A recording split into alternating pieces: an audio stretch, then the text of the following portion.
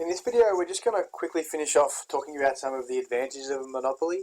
We're going to quickly look at what monopsony markets are, and then we're going to start to compare the impact that different market structures can have on the level of efficiency within a market. So the four types of efficiency: dynamic, intertemporal, technical, and allocative. Just some quick advantages of monopolies. Firstly, monopolies encourage research and development. If I know that if I come up with a new product, then I'm going to have a monopoly and I'm going to be able to generate all the profits from that product, then I'm more likely to spend time in research and development coming up with new drugs that might cure diseases and have benefits for society. Beneficial benefits, good one. So it also encourages innovation because people know that if they come up with something innovative, that they will be able to reap the profits from whatever they sell. So some products would not likely to be made without the guarantee of monopoly in production. But once we make it, we'll be able to make all the profits.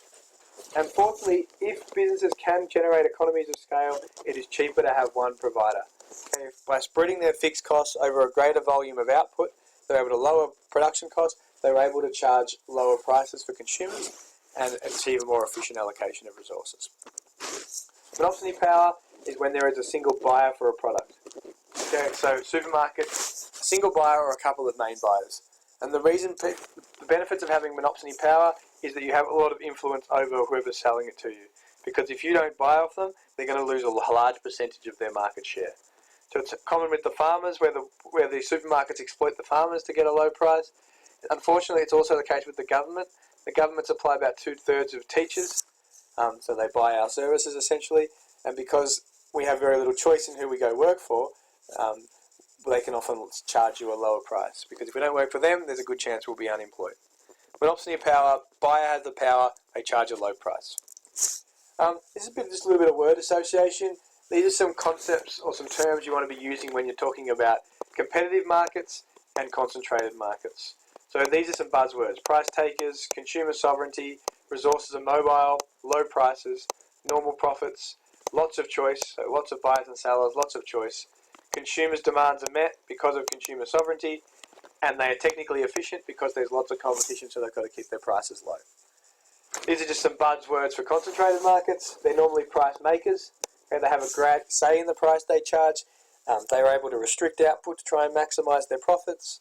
There's producer sovereignty, so if they don't want to produce something, they won't, even if consumers demand it. Abnormal profits, differentiated products generally, higher prices, limited choice. Consumers' demands are not always met, and they are generally inefficient. Okay, they have less pressure, they have less people, less other businesses waiting, in the woodwork that will take their supply if they are less inefficient. Take demand for their product. But that's not always the case because we know about economies of scale. So these are just some buzzwords you want to be using in your answers when you're comparing the two market structures. Market structure and resource allocation. So perfect competition is the best way at achieving an efficient allocation of resources. They will produce at the right quantities and generally at the lowest prices, because if they don't, they're going to go out of business. Just remember, an efficient allocation of resources, the definition, where society's well-being is maximised and our opportunity costs are minimised. 5 reasons why perfectly competitive markets are efficient. Okay, tomorrow I'm going to get you to be answering a question about how market power impacts efficiency. This is why perfect markets are able to maximise efficiency. 1, they have a desire to increase profits, so they're going to produce the goods and services most preferred by consumers. They're going to produce based on consumer sovereignty in the right quantities. They are allocatively efficient. Okay? If demand is high, there's not going to be a shortage. New people will just enter the market because there's no barriers to entry, and therefore our needs and wants will be met. So 2, we provide in the right quantities. 3, the main one, prices are lower.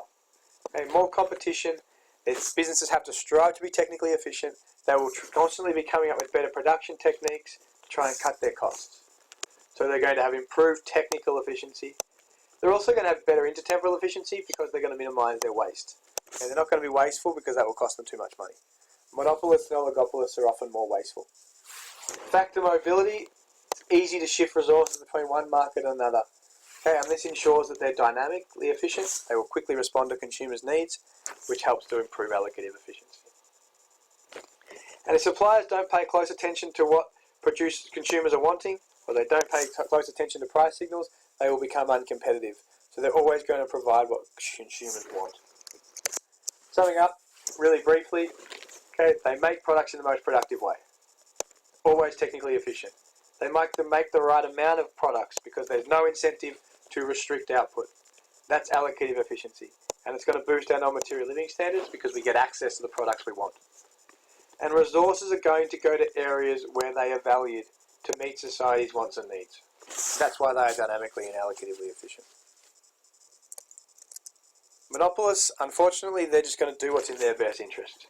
So if it's in their best interest to restrict supply, they'll do it, even if it's not allocatively efficient. Okay, they know the demand for their products is inelastic, so they can make more money by restricting their output. And that hurts consumers. Okay, 5 problems with more concentrated markets. 1. A lack of competition among suppliers can lead to businesses abusing their power and charging excessive prices. They are price makers, or if you can't spell, they're price markers. They can restrict output, a big thing impacting allocative efficiency and living standards. It often leads to an under-allocation of resources to areas that we actually want goods and services.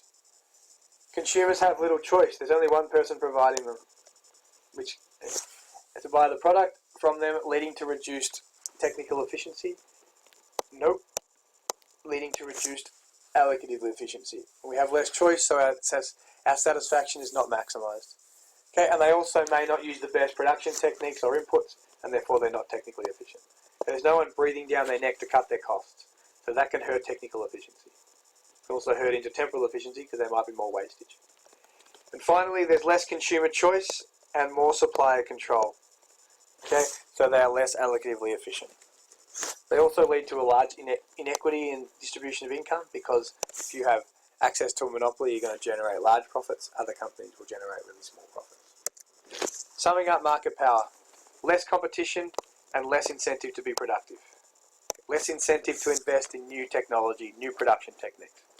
Excessive prices, yeah, you're going to write price makers.